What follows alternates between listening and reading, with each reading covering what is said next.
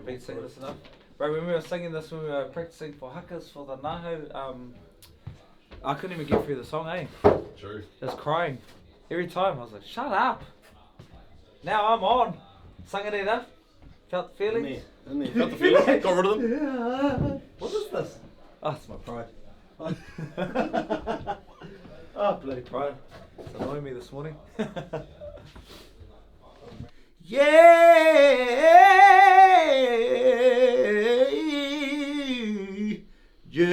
yeah.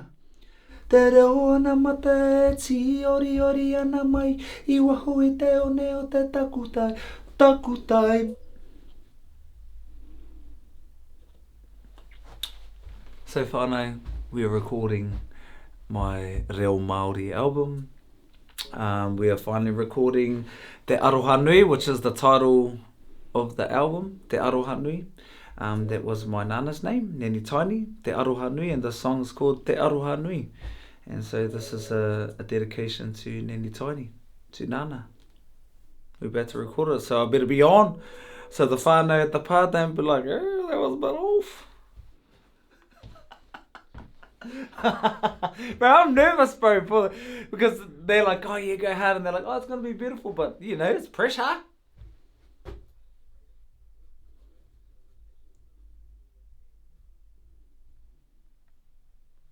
Okay. Te aroha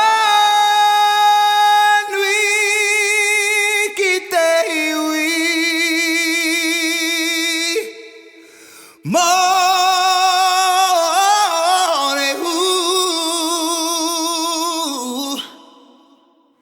Te aroha nui o te manawa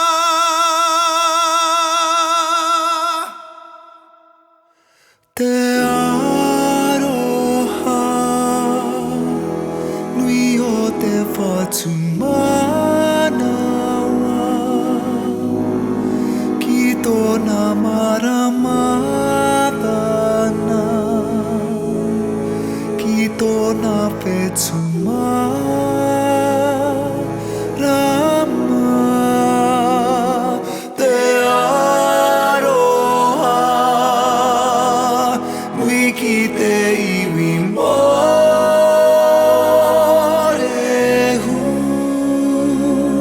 te rono pai me te rani mari